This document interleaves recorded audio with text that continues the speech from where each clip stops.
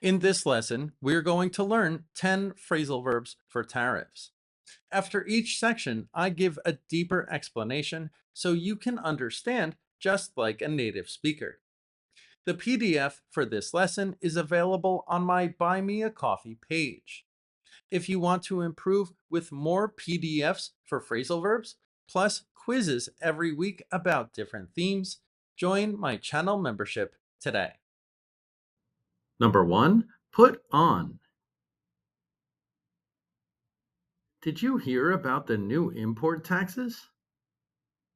You mean the tariffs? Yeah, Trump is putting tariffs on every country. That's going to raise prices for everyone.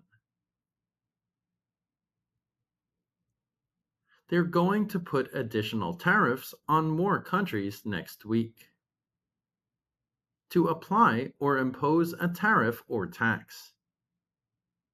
The government put new tariffs on China. Trump put a 25% tariff on cars. The word impose is very similar to put, but with more force. We can also use the verb apply for tariffs. For example, Trump did not apply tariffs to North Korea. Trump did not impose tariffs on North Korea. Trump did not put tariffs on North Korea.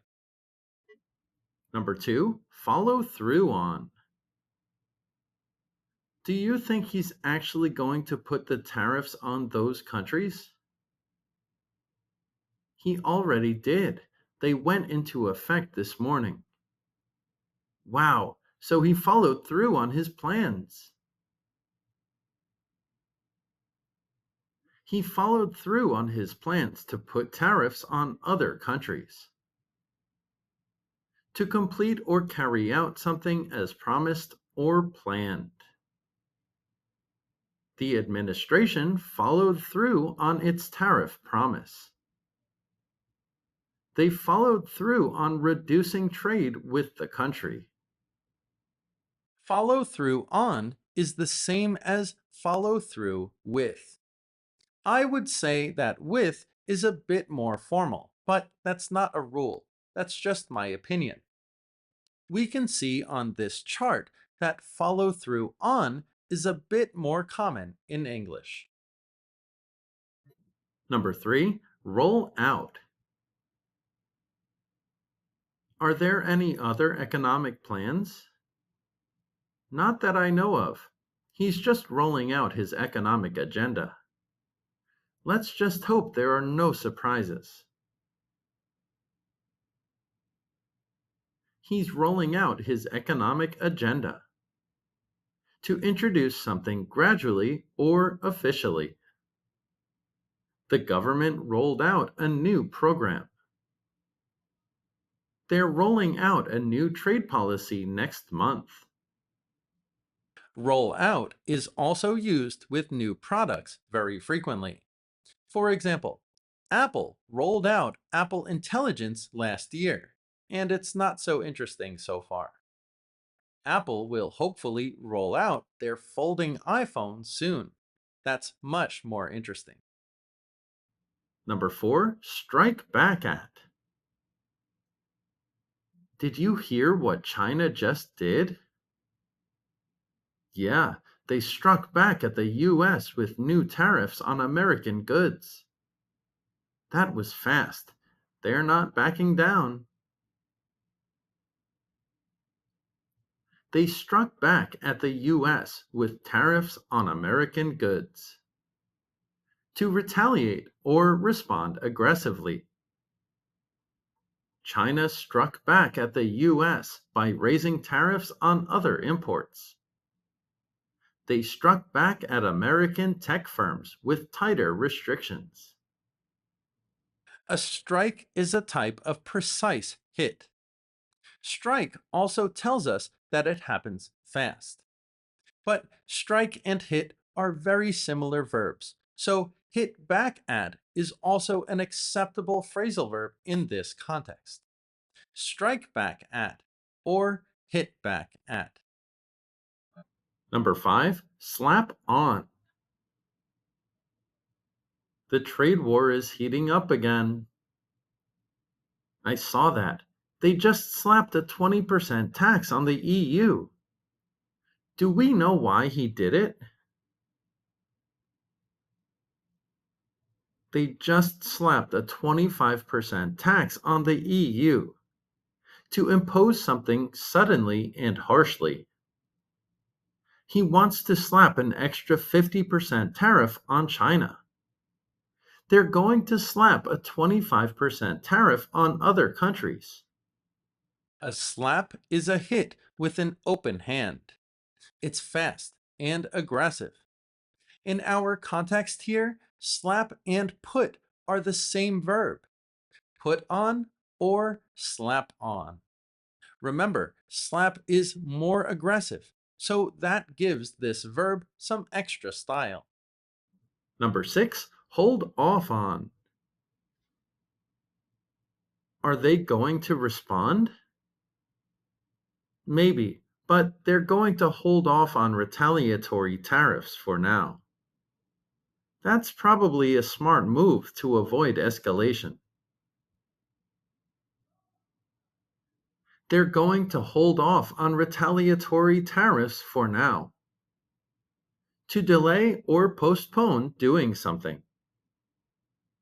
The country held off on retaliation to keep talks going. Investors are holding off on big moves until next quarter. Hold on is a verb which means wait. Hold on, I'll be back in a moment. This comes from holding the telephone when the person you're talking to leaves for a moment. Hold off is different because it specifically means delay. Hold off on doing something. Hold off on taking action until we know more information. Number 7, come down on. He's claiming that some countries haven't paid what they owe. It sounds like he just wants to punish them. Maybe, I hope he doesn't come down too hard on them. I hope he doesn't come down too hard on them. To punish or criticize someone strongly. Regulators came down on companies breaking the rules. They came down hard on foreign suppliers. Listen to this example. It started raining. It was coming down hard. We can imagine that this is intense rain. The word on means contact, or in this case, pressure. So if something comes down on you, that's a lot of pressure from above, like a punishment from authority. Number 8, get back at. A lot of countries are retaliating. They're offended. I don't blame them. I would want to get back at the Americans too. It makes sense. What a mess. They're clearly trying to get back at the Americans. To retaliate or get revenge. They'll find a way to get back at them in time. They're doing it to get back at the president. I always tell my private students that the word at is like attack. So when we hear at, we can imagine that something is a little more aggressive. This is like aggressive revenge. Get back at someone. Number 9, ease up on. Any chance they'll ease up on the restrictions? Only if the negotiations go well. That would help small businesses a lot. Any chance they'll ease up on the restrictions? To reduce pressure or intensity. They eased up on the taxes to help the economy. Officials may ease up on enforcement soon. The word ease is the verb form of the word easy. If you ease up, you remove pressure. You lift up the pressure. The pressure is not down, like in come down on. Things become easier. So ease up on the tariffs. Make them less severe. Number 10, scale back. They realized the policy was hurting local jobs. Is that why they're starting to scale back the tariffs? I guess so. I never agreed with them in the first place. They're starting to scale back the tariffs. To reduce in size or intensity.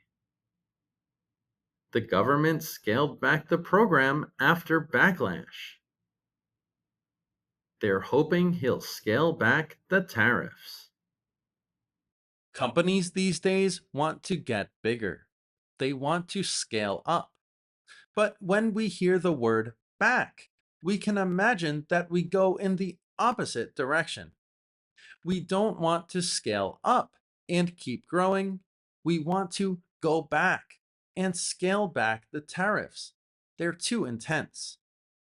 Thank you so much for watching this lesson, and I hope you learned a lot of new information. Remember that I teach private lessons on italki. I have a lot of materials to help you speak fluently in any situation. As always, thank you, private students, channel members, and subscribers, and see you in the next lesson.